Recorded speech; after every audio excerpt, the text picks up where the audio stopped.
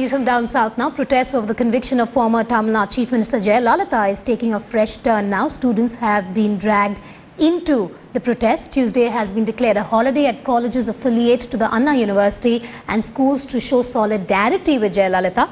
Remember, the Karnataka High Court will be hearing her bail plea tomorrow. The move means more than 12,000 private schools, including CBSE, nursery and primary schools in the state, will stay shut tomorrow. More than 500 engineering schools in the state will also be closed for the day.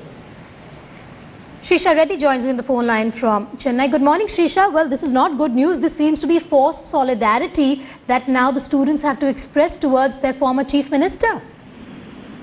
Well, Vedika, this is not this is a private school federation which has actually sent out a message to all the private schools asking them to declare holiday. But again, a lot of criticism.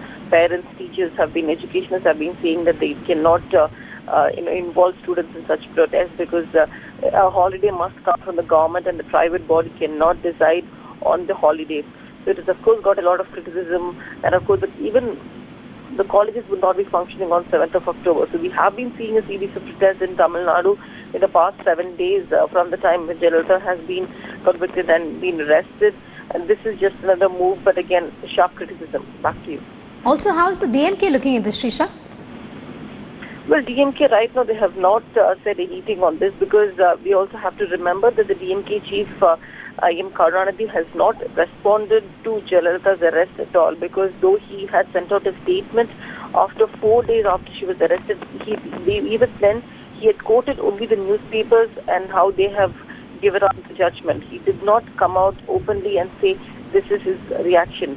Though, yes, of course, he has been talking about the law and order situation, that how the state as a whole has not been able to maintain law and order situation. Yes, of course, there's a criticism on that, but on Jayalalitha's verdict as such, he has not spoken anything. Also, how the parents and academics looking at this really, because it seems that schools and colleges have hijacked the interests of students to further a political agenda really. Well, exactly, Vedika. That is one of the reasons that, till now, though yesterday, and one more important thing that we have to note in this particular context is that 7th was the day when the language paper was being shifted to the language examination, the quarterly examination was being postponed to 7th of October. So now again, parents are confused as in when these examinations will be held. So there are a lot of confusions among the education system itself. But again, this is just adding an addition that why involve students in protest, because yes, of course, we have been seeing party people protesting, unions protesting, government officials protesting, students protesting, college students in fact. But yes, this is something that pulling in the crowd, the entire crowd of students, what kind of message is it actually sending? Yes. This is something that the AIADMK has to answer. All right, Shrisha, do stay with me. We have Mr. Shankaran, political expert, joining me on the phone line. Good morning, sir. My question is pretty straight. You have more than 12,000 private schools, including CBSE, nursery and primary schools in the state that will be shut tomorrow.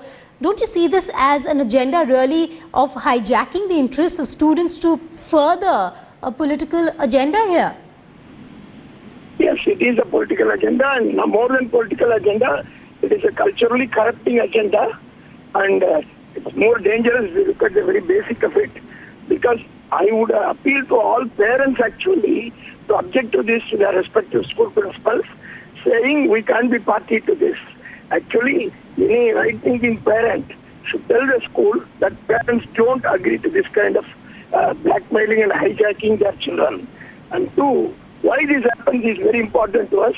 This happens because most of the school managements in Tamil Nadu, they are run by Binami schools, run by various politicians, and who have amassed wealth politically. And so these people have always been corrupting the government establishment to get licenses, to get renewals.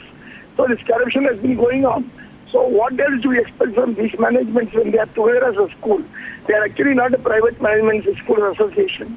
They are really a cartel in that education business. All right, Mr. Shankaran, thank you so much for joining us this morning on that big story that we will be focusing on all day today on Headlines Today.